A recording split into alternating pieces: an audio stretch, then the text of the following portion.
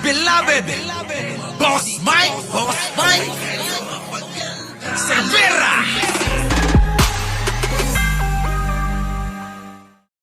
Oo, eto hong si Banat Bay na galit na galit. Gusto nang manakit. Oh, pasok! Tang inang media na Ayan! Bakit ba kayo ganyan, mga DDS kayo? Mura kayo ng mura. Kaya kami nahahawa eh. Di ba? Oh, it's just me, ano? Berge Berhel de Dios. Kaya tayo nahahawa eh. Ha? Mary Linarizabal. Oh. Nahahawa kami, Mama Nes, kakamura. I'm Gumamela. Oh, di ba? Mary Jen De Vera. At si Marlene. Oh. Si Michael's Kite. Oh. Michael's Sky TV. O yun. Oh, nako. Mga kababayan ko, ewan ko dito sa mga ito. Sige, pagbigyan natin at marinig nyo kung anong kabastos ang mga bunganga ng mga hayop na to. Pasok. ito mga putang inang media na ito. Kita nyo? Etong mga pukinang inang mga bayarang media na ito. Hindi naman sila nandyan para alamin ang nalalaman ninyo. Kita nyo ba? Hindi ka ba pwedeng magsalita ng hindi nagmumurhayop ka? Parang humuhugot na lang sila ng lakas ng loob kakamura. Ano, kung totoo yan sa court martial ng mga yan, o di ba? Ayan na nga napabalita na nga na may tatlo Femi Busto, di ba? Ay nako, grabe bunganga, di ba? Mga kababayan, ogag yan si Gcash Bay. Grabe, kung makamura Nandyan sila para humanap ng butas. Na? Para magkamali kayo at gagamitin nila sa balita nila. Di ba ganyan din kayo? Hanap kayo ng hanap ng butas. Pati nga yung Saraskay, nagawan nyo ng butas. Nagawan nyo ng kwento na na kay Sara galing Di ba Ernie Palma? Alain, Alain Olicia. Di ba yung Saraskay, sabi nila, galing daw kay Sara. Red Canots. Tapos ngayon magrereklamo kayo. Palibasa kasi gawain nyo, di ba, Seiko? Nako! Dahil bayad nga po sila Bayad nga po sila. Nako, ikaw daw ang bayaran, sabi ni Ninyo. Yan ang problema, yung gawain ninyo, gusto nyong ipasa sa iba. Ano ba naman yan, Banat Bay? Sabi na ni Ninyo yan, bayaran kayo, aminado na siya. Cool me, di ba? Annabel Agapito, di ba? Seiko, di ba mga kababayan ko? Sabi ni Ninyo yun magkakasama kayo Aminado na bayaran daw kayo Di ba no mga kababayan? Naku, mahirap yan. Leonora Brown, late ka na. Leia Patricio, Leticia Villamil, shoutout po sa inyong lahat. It's just me. Di ba James Gillian? Sabi ni Ninyo kayo bayaran tapos itutulak mo na naman sa iba. Sige, given na yan. Kung may bayarang media, di pare-parehas na kayo. Bakit ka galit na galit kung parehas naman kayo? Dapat sabihin mo na lang, it's a tie. Diba? Epre na kabututan, Joel Macalinaw, Batang Pasaway Vlog, Diba? Irene Villanueva, pare-pares lang kayo. Kalodi. Hindi ganon. Sabihin mo na lang, pare-pares. Kasi pare-pares tayong bayaran, kaya ganyan kayo Ganyan din ginagamit namin Diba? Sige tuloy. Para maghanap na ikasisira ninyo. Ganyan din naman ang ginagawa ninyo Kukunin nyo yung video ni Atty. Claire Castro. Yung mga putol-putol na video. Diba, Kuya Chax? Halatang palamura si Banat Bay dahil laging namamaga ang nguso. Dayan Asuncion. Diba? Yan ganon. Pupulot kayo ng kapiranggot. Tapos ang gagawin ninyo, gagawan nyo ng kwento. Ano pagkakaiba nyo, Banat Bay? Ewan ko. Sige, tuloy. Doon kayo sa mga talaga maglalabas ng katotohanan. Kami yun. Kami yun, di ba? Wala nang iba. Meron pa ba? Kami yon sa may Bingador. Puntahan nyo yung Bingador Channel. Puntahan nyo si Sangkay Janjan. Di ba? Puntahan nyo si Coach Jarrett. Puntahan nyo si Takero Miyamoto. Puntahan nyo si Mima Alicia. Puntahan nyo si Biyahe Nikoy. Puntahan nyo si Nyulo. Puntahan nyo si Direk Freddy. Oh, puntahan nyo si Mark Ramos. Di ba mga kababayan? Sino pa ba? Oh, yung banggitin nyo na. Lahat ng mga kakilala nyong nagsasabi ng totoo. Sabi ni Banat Bay, yun daw yung puntahan nyo at panoorin. Di ba? Di ba, Ate Cholang? Yun naman pala ang problema eh. Kaya nga nandito si Purong Banat Bay eh. Kaya nga nandito yung mga DDS eh, di ba? Di ba, Purong? Oh, kita mo. Di ba? Kaya ka nga nandito eh. Kasi alam mo, totoo yung sinasabi ko eh. Kaya nga yung mga DDS na nanonood mga kababayan, nandito. Ha? Eh kahit mag-like, ayaw eh. Kasi gusto nila makabalita ng katotohanan. Yun. Grabe kayo. Michelle Reyes, Densinon, sa lahat po ng mga bagong dating dyan. Ganyan ang ginagawa nila kay Attorney Claire Castro. Pupulot ng konting konting video. Oh, yeah, si Chris Ulo. Nakalimutan pa si Chris Ulo. Sino pa? Oh, sige na, banggitin nyo na. Ballpoint Man. Oh, lahat na mga kababayan. Eto. Puputol yan sila Banat Bay nang sasabihin ni Attorney Claire Castro, Nono Vlogs. Tapos gagawan nila ng kwento. Yung kwento nila, puro imahinasyon. Galing sa Pluto. Tapos paniniwalain yung mga bobo. Tapos yung mga tanga maniniwala naman. Tapos yung mga uto-uto, abay amin lang ng amin. Ganon eh, mga kababayan ko eh. Kita mo, nakalimutan mo pa purong ang mag-like. Ay. Di ba no? O yan, Kent Garcia, yan. Juan Historiador. Oh. Di ba mga kababayan ko? Eto eh. Yung gawain nila, Alfred de Guzman.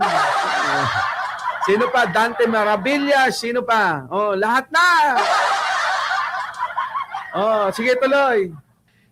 Doon talaga sa papabayaan kayo magsalita at sabihin ninyo yung talagang nalalaman ninyo? Dito sa amin. Dito sa amin, papuntahin nyo sa amin at talaga, Munting Tinig. Yan, di ba? No? Dami pala natin, ano? Di ba? Yan. Banat Boy. Nako, ewan ko na lang mga kababayan, ano? Bakit etong mga ito? Ano na yan, payo na ni Banat Bay na tayo, makinig daw sa nagsasabi ng totoo. Kaya ano pang iniintay nyo? Rain, dito na lang kayo. Yan, kay Attorney Claire Castro lalo. Lovely Granada. Nako, ang dami na. ang dami na. Banat Bay, dito ka makinig sa akin. Pareho tayong DDS pero pro-China ka. Walang hiya ka. Gagalit sa'yo si Purong, Banat Bay, DDS, pares kayo, pero pro-China ka, walang hiya ka. Okay, sana kung pro-Pilipino ka. Yun na nga eh. Ewan ko ba? Benji Bernardo, Ewan ko, bakit ganyan itong mga kakampi ni Purong, no? Tuloy. Yun lang sa akin. Para talagang magkaalaman. Dito na kayo. Dali na, lapit na kayo. Para hindi na nagagalit si Banat Bay, dito na kayo makinig sa amin. Ako, minsan hindi nakakapag-live pero marami naman tayong mga kaibigan tulad ng nabanggit yung lahat na po pwede nyong panoorin para kayo makapakinig ng katotohanan o totoong nagbabalita. Puro katotohanan lang yung sinasabi. Di ba, no? Dyan so Pabka. Yun, yan, si Kakopi, yan.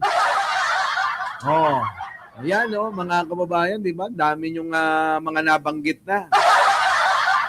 Oh, Kahit sino sir, nasa label po kami, hindi kami lumapit kung kahit sino.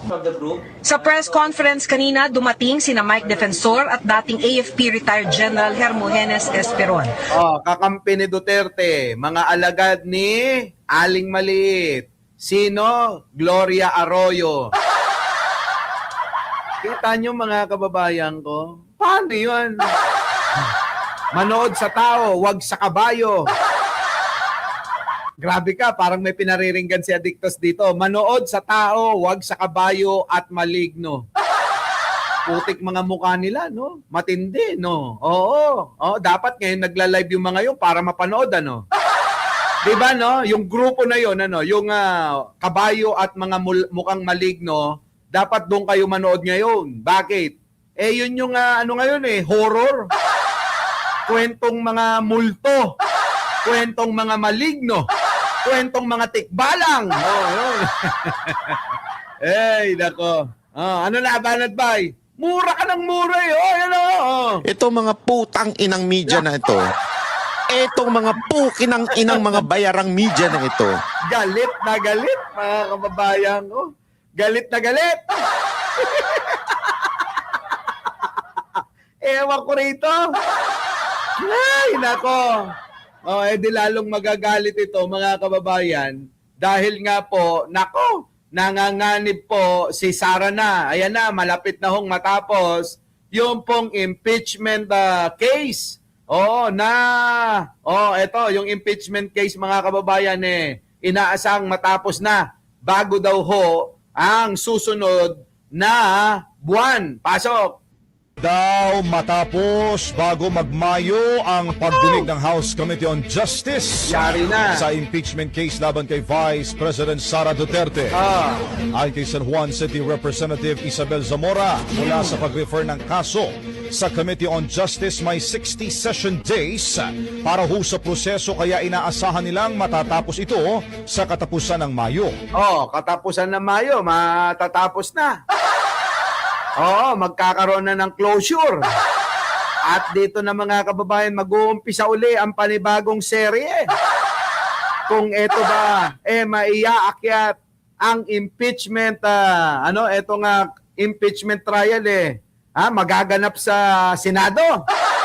Diyan na magkakaalaman, doon naman tayo sa Senado. Diba? Ano mangyayari doon, mga kababayan? Doon na mangyayari kung sino yung mga walang ya. Di ba, mga kababayan? Pero may napansin ho ako Alam niyo po ba yon? May napansin ho ako diyan sa Senado. Bakit wala ho yung mga senador? Ewan ko kung napansin nyo.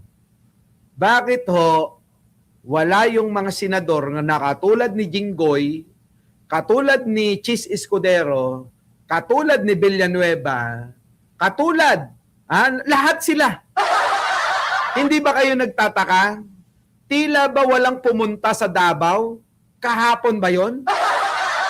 Kahapon, mga kababayan. Yung nag-celebrate ng birthday si Digong.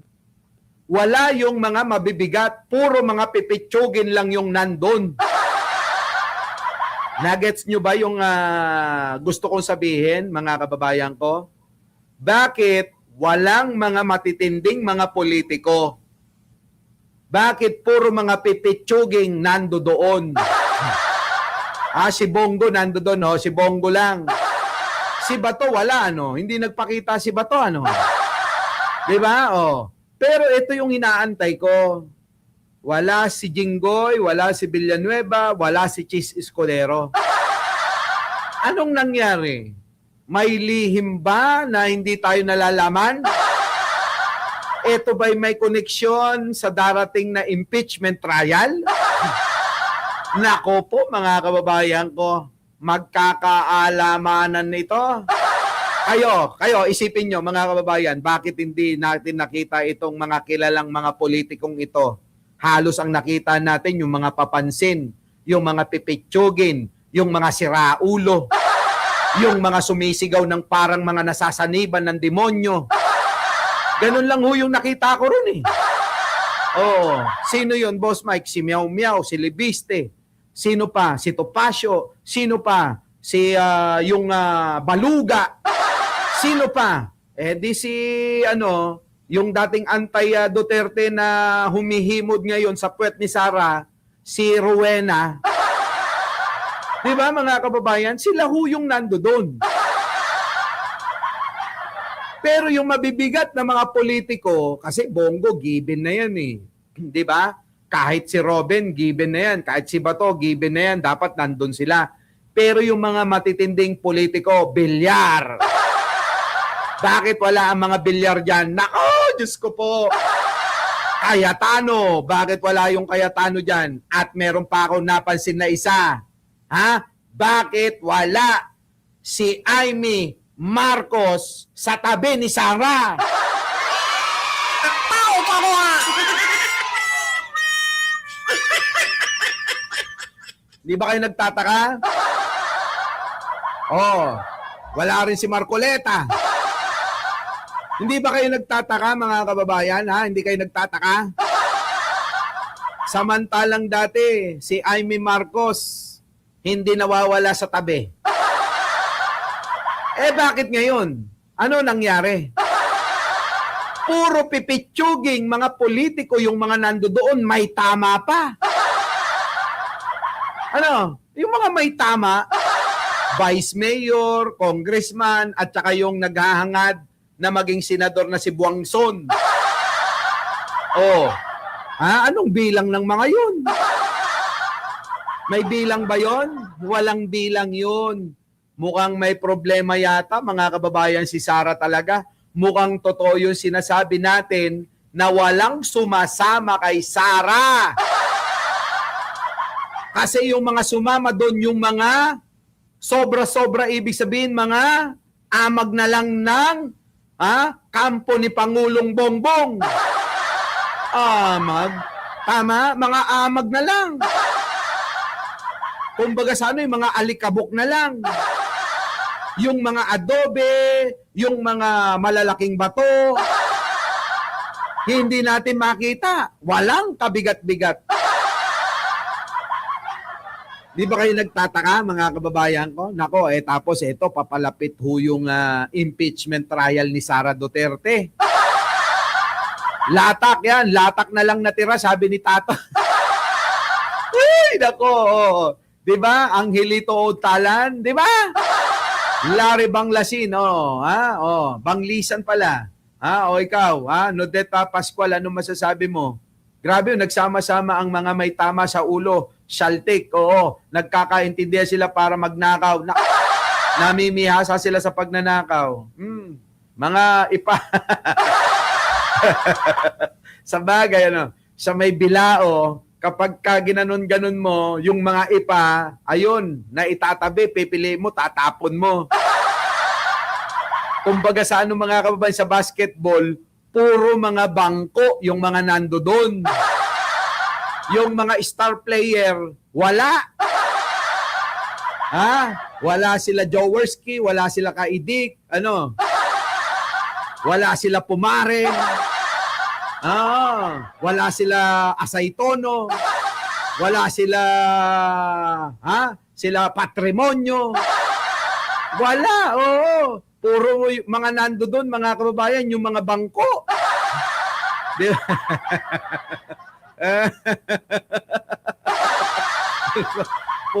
puro butaw yung natira. Tuloy.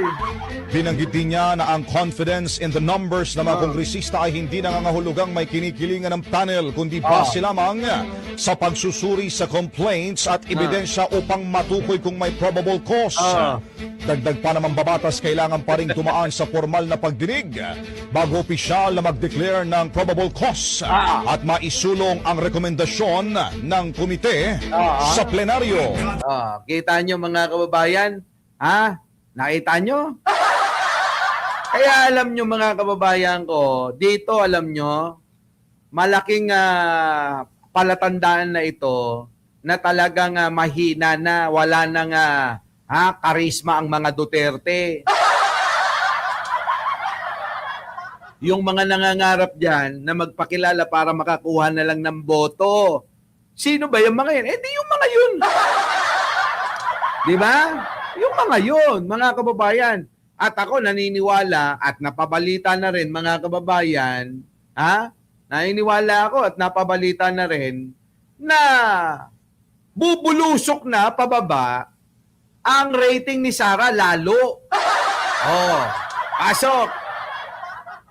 Mga kabrigada, naniniwala si House Deputy Speaker Paulo Ortega V na posibleng bumagsak pa ang trust ratings ni Vice President Sara Duterte dahil... Nako, yari na mga kababayan ko, eto na. Alam nyo, naniniwala ako dito, Jobro, ha? Oo. Bakit? Irene Padron. Bakit ako naniniwala, Junjong Castro? Eh, mga kababayan ko, 12.8% na lang, Tapos, eto na, hindi pa nagpapakita sa mga pagdinig dyan sa kamera. Yung mga tao lalong nagdududa. Saldi Magbalon, kasama na tayo doon, Kim Cerezo. Diba? Kasama tayo doon, Iris Joy Ramirez, James Guillen. Na nagdududa tayo kung bakit tila ba takot na takot si Sara dumalo dyan sa kamera, dyan sa mini hearing, dyan po sa pagdinig sa Kongreso. Hindi ho maitatago yan. Nakikita nyo naman yung mga kalye survey. Yung mga tao nagsasalita, ayoko kay Sara. Oo, hindi makasagot at parang may tinatago. Parang takot na takot. Diba? Daddy Car Mix vibes, ano? Bakit ba takot na takot si Sara Duterte? Yan ang tanong na maraming mga Pilipino ngayon. Joseph Bangog. Ganun din ho ang katanungan ko. O kaya ho, mga kababayan, dahil dyan, mawawala lalo ang tiwala ng mga naniniwala pang konti kay Sara Duterte. Richard Mendoza. Tingnan nyo mga kababayan ko. Sabi nga ni Richard Mendoza, yung inendorso niyang congressman talo. Doon pa lang mga kababayan, makikita mo na nawala ng naniniwala kay Sara. Tapos dito pa mga kababayan ko, tingnan nyo si Purong. Nandi dito. Bakit yung mga DDS bumabait na ngayon sa atin? May guest akong DDS mga kababayan May guest tayong DDS sa Bengador. Nako, abangan nyo. Marami rin daw siyang gustong isiwalat. Nung napanood ho si Nino Barsaga, susundan, pangangalawahan daw niya. Sisegundahan niya, mga kababayan, yung mga sinasabi daw ni Nino Barsaga. Kita nyo yung mga DDS naglilipatan na. Di ba? Ayaw nyo maniwala sa akin na marami tayong mga kaibigang mga DDS ngayon, mga kababayan, pag nagsalita yun, nakaw! Di ba? Yari na. Sabi niya, patotohanan ko yung sinasabi ni Nino Barsaga, Boss Mike. Sabi niya, welcome ba ako dyan sa inyo? Sabi ko, lahat naman welcome di ba? Lahat naman welcome. Di ba? Kakamping ako, Boss Mike, but I support BBM. Yan, dapat ganun. May resibo. Di ba? 1987 pa ako sa Davao. Kita nyo si Daddy Car Mix. Di ba? Max Sadia. Alam nyo ba kung sino yon? Alam nyo? Nako! Kung pasabog daw yung binitawan ni Nino Barsaga, mas matindi daw yung pasabog niya. Nako! Hulaan nyo na kung sino siya. Sino kaya yon? Sige na, hulaan nyo. Nako! Sino kaya ang vlogger na magiging bisita natin sa Bengador na magdadagdag ng mga expose sa katarantaduhan ng mga DDS vlogger at ni Digong? Nako, mga kababayan ko. Tuloy! Yan sa issue ng hindi pa nare-resolbang. Sa ibang balita, mga kabrigada, naniniwala si House Deputy Speaker Paulo Ortega V na posibleng bumagsak pa ang trust ratings ni Vice President Sara Duterte dahil yan sa issue ng hindi pa nare-resolbang korupsyon. Ayon kay Ortega, Ay, hindi, Addictus Rex, si Meme Pebbles, marami nang in-expose yun eh. Bago, hindi nyo pa siya nakikita. Oo, hindi pa nakakatungtong sa ating kampo. Okay ba? Hindi pa nakakatungtong sa ating kampo itong DDS na to. Oh, hindi pa, mga kababayan, hindi pa. Oh, isipin nyo na. Isipin nyo. Oh, kita nyo naman eh. Alam nyo naman ako eh. Lapitan ako ng mga gustong maging, magbalik, loob eh, no? Ewan ko, bakit gusto nila akong nilalapitan na, boss, lakad mo naman ako para makabalik na ako. Ay, nako. Oh, paano? Mga kababayan ko. Di ba? Oh, sige. Eto na. Oh, BP Sara, lalong babagsak ang trust rating dahil sa hindi pagsipot sa hearing. Kita nyo? Mas interesado kaya yata sa sa ating guest, Clue. Ay, nako. Kung mapagmura si Banat Bay, mas mapagmura ito. Alam nyo naman yung mga DDS, di ba? Matindi, mga kababayan. Kung mura, nako, kakain ka ng sandamakmak na mura dito. Oh, nako. Oh, isipin nyo. Abangan nyo yan. Nako. Nako. Ay, nako. Oo. Nako. Basta may A yung pangalan. May A yung pangalan. May A. Oo, A.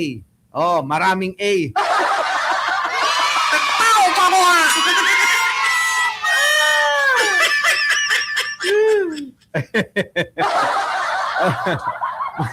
Maraming A yung pangalan.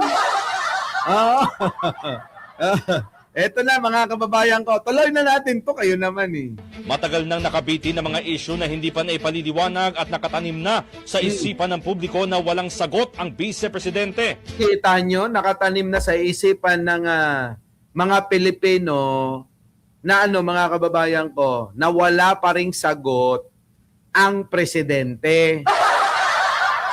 Tama, mali. Yun ho yung mga mga obserbasyon ng marami nating kababayang Pilipino. Yun na ho yung obserbasyon nila. Bakit kaya? Bakit hindi makasagot si Sara Duterte? Bakit hindi dumadalo si Sara Duterte? Bakit takot humarap si Sara Duterte?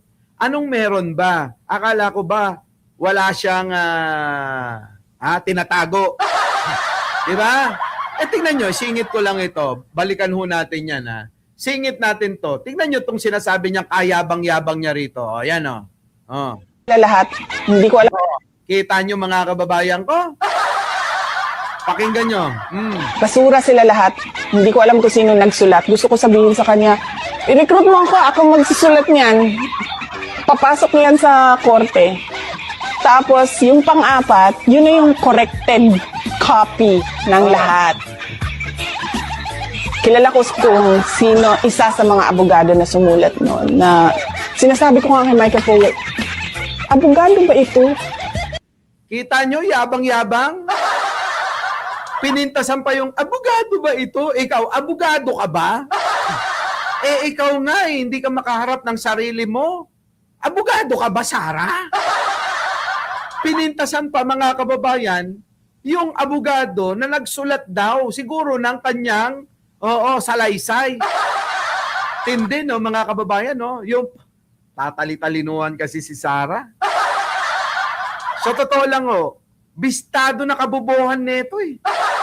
Kahit nga si Purong, nahihiya lang yan eh. Si Purong Pilipinoy, nahihiya lang yan, pero kulang na lang aminin niyang bobo si Sara eh. Umamin ka, nandiyan pa ba si Purong? Purong, umamin ka.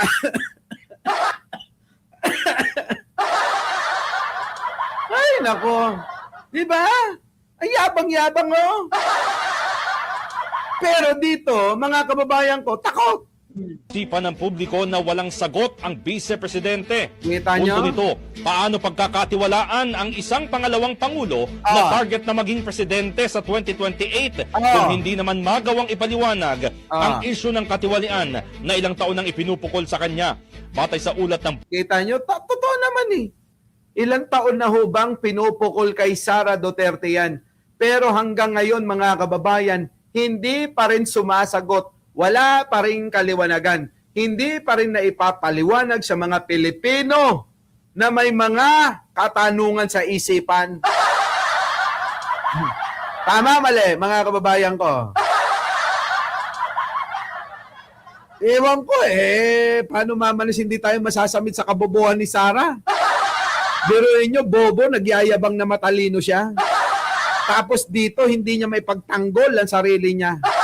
Ang totoong matalino tulad ni Apo Lakay, hindi kailangan ng abogado, parang si Atty. Claire Castro. Kayang ipagtanggol ang sarili, Sara Duterte. Hindi kailangan ng maraming abogado, hindi kailangan ng sandamakmak na abogado. 16 ang abogado mo. Pero kahit 16 na yung abogado mo, hindi ka pa rin humaharap sa pagdinig sa Kongreso. Anong silbi ng mga pinagkukuha mo? 16 mo? Kulang na lang yung buong lamesa mo? O yung buong, yung buong ano ba? Mga lamesa doon. Sakupin mo? Sa dami ng mga magtatanggol sa'yo? Tapos ngayon may ano ka pa? May payabang-yabang ka pa na, sana ikaw na lang gumawa? Di ba mga kababayan ko? Tama, mali. 500 million kay Kong Ngaw-Ngaw. Nakaw! Mukhang kulang pa ata. Kulang pa yung 16. Grabe naman. Si Atty. Claire Castro, sarili niya lang abogado niya.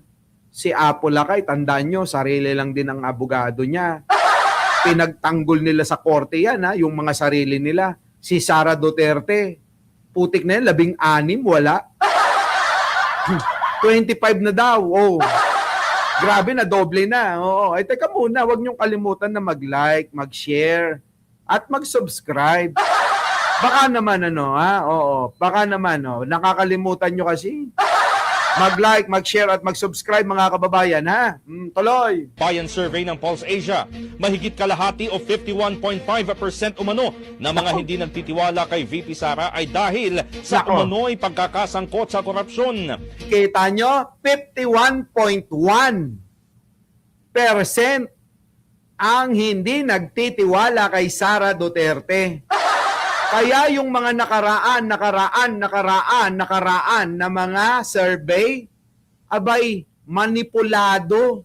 Sinasabi mataas daw ang rating ni Sara Duterte nyo. Pero etong huling survey, 51.1% ang nagsasabi na wala silang katiwa-tiwala kay Sara Duterte. Hindi kaya yung survey na yan ang dahilan kung bakit nagsipagtago yung mga bigating politiko na mga hindi nagpunta diyan po sa Davao, hindi nagpakita, kaya pati si Manang Aimee mukhang dumidistansya. Isipin yung maigi yan, mga kababayan. Isipin yung maigi. Hindi kaya yan ang dahilan? At naging dahilan din, mga kababayan, yung nag-endorso si Sara dyan sa Antipolo na ayon, mga kababayan, kinain ni Lamon. Tambak, mga kababayan. Di ba? Tambak yung boto. Di ba? Kita nyo, mga kababayan, kung totoong malakas ang mga Duterte, sana na ipakita na yan sa Antipolo. Ngayon, yung mga politiko takot ngayon makipagsugal kay Sara.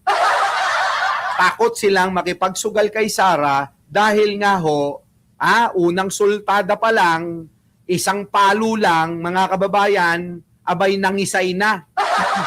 Kung baga sa sabong, mga kababayan, isang palo lang, mga kababayan, nangingisay na ang manok ni Sara. Kaya natatakot sila na ganun din ang mangyari sa kanila kapag nagpa-endorso sila, kapag sumama sila kay Sara Duterte. Tao pa ko ha! Ay, wala na mga kababayan, wala na. Our beloved Boss Mike